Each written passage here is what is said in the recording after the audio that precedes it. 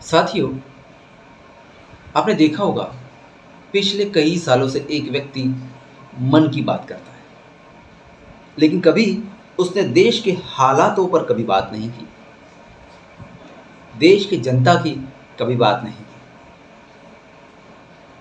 लेकिन आज हम हालातों पर बात करेंगे। रोमन साम्राज्य में एक खेल खेला जाता था जिसका नाम था ग्लैडिएटर। इस खेल में स्टेडियम के अंदर इंसान की इंसान से या इंसान की जानवरों से खूनी लड़ाई करवाई जाती थी। जैसे जैसे रक्तपात बढ़ता जाता था, लड़ाई देखने वालों का आनंद भी बढ़ता जाता था। तकरीबन 1000 साल तक चलने के बाद रोमन साम्राज्य के पतन के साथ ही यह खूनी खेल समाप्त हो गया। लेकिन आज 2022 में देश में यही खेल चारों तरफ खेला जा रहा है। कुछ मनुवादी लोग इंसान को इंसान से लड़ाकर अपनी राजनीति को सफल कर रहे हैं या सफल करने का दावा कर रहे हैं। कुछ मुट्ठी भर मनुवादियों को ऐसा लग रहा है कि वो देश के राजा बन गए हैं। मैं आगे बढ़ूं इसके पहले एक छोटा सा सवाल। क्या अंग्रेजों ने गांधी का घर गिरवाया था? नहीं। गांधी तो अंग्रेजों के सार्वजनिक तौर पर सबसे बड़े दुश्मन थे। नेहरू को अंग्रेजों ने जेल भेजा, लेकिन आनंद भवन को जमीन दोस्त किया नहीं। सुभाष चंद्र बोस का घर कोलकाता में आज भी है। भगत सिंह का घर पंजाब में सही सलामत आज भी है।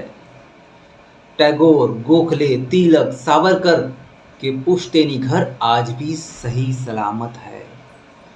अंग्रेजों के या ब्रिटिश साम्राज्यवाद के नजरिए से देखा जाए तो इन नेताओं का अपराध उन प्रदर्शनकारियों से 1000 गुना ज्यादा था जिनके घरों पर बुलडोजर चलवाए जा रहे हैं या जिन्हें पुलिस स्टेशन में बंद कर कर पीटा जा रहा है। अंग्रेज जिनका गुलाम देश था, वो भी अपने दुश्मनों से या दुश्मनों को जब सजा देते थे तो कुछ कायदे कानूनों का ख्याल रखा करते थे। भारत अंग्रेजों का उपनिवेश था। अंग्रेज अगर ऐसी कार्रवाई करते तो समझा जा सकता था, क्योंकि देश गुलाम था। मगर आज तो देश आजाद है। ईवीएम द्वारा चुनी गई सरकार आज सत्ता में है। फिर इस आक्रांताई मध्यकालीन मानसिकता की जरूरत क्या है? उत्तर भारत की सरकार जिस रफ्तार से प्रदर्शनकारियों के घरों पर बुलडोजर चलवा रही है, यह राज अंग्रेजी राज से भी बुरा है। सरकार के खिलाफ प्रदर्शन होता है और दूसरे दिन प्रदर्शनकारियों के घरों पर बुलडोजर चलवा दिए जाते हैं।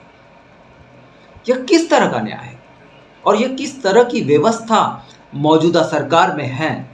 मान लेते हैं कि यही व्यवस्था सही है, तो फिर यह सबके लिए लागू होनी चाहिए। हर अपराधी के घर गिरा दिए जाने चाहिए, चाहे वो हिंदू हो या मुसलमान। पर मकसद व्यवस्था कायम करना या कानून का राज स्थापित करना नहीं है। मौजूदा सरकार की मंशा यह देश की जनता जानती है। मकसद एक समुदाय में भय, खौफ पैदा करना है, उन्हें जलील करना है। हैरानी की बात यह है कि इस पागलपन को भीड़ का समर्थन हासिल है। अच्छा खासा शहरों में रहने वाला, ठीक ठाक कमाई करने वाला तबका, जिसका सपना अपने बेटे बेटियों को अमेरिका, ब्रिटेन में सेटल करना है, वह भी दूसरों का घर गिरता देख तालियां बजा रहा है। मनुष्य जितना लहूलुहान हो रहा है, लोगों को उतना ही मजा आ रहा है। वहशीपन का खेल एक दिन इस साम्राज्य का भी अंत कर देगा। और ऐसे जुल्मी अन्यायी सरकार का पतन करने की तैयारी अब धीरे धीरे गांव, मोहल्ले, शहर, राज्य और देश में शुरू हो चुका है। अगर इन मनुवादियों को लगता है कि ऊंचे पदों पर बैठने से इनसे कोई सवाल नहीं कर सकता, तो अब भी वे भ्रम में जी रहे हैं। शायद वो इतिहास भूल गए हैं कि बड़े से बड़े तुर्रम खान को भी मूल निवासियों ने धूल चटा दी है। बड़े से बड़े जुल्मी और आतंकी राजाओं को भागने के लिए जमीन तक नहीं मिली है। ये देश का इतिहास है।